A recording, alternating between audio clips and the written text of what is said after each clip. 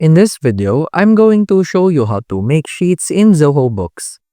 After successfully accessing your Zoho Books homepage, on the upper right corner of the screen, simply navigate to the 9 dots which represents the Zoho applications. In here, when you click this will present you the list of Zoho apps that you can connect to your Zoho Books organization. Simply scroll down in here and in the other apps, you can see Sheet. When you click this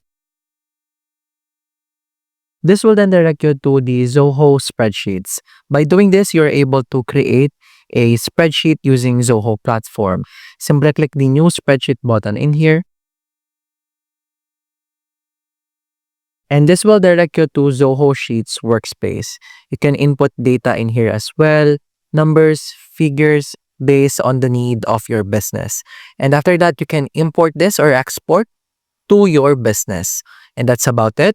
That's how to make sheets in Zoho Books. If you have any questions, please let me know down in the comments below and I'll do my best to help you out.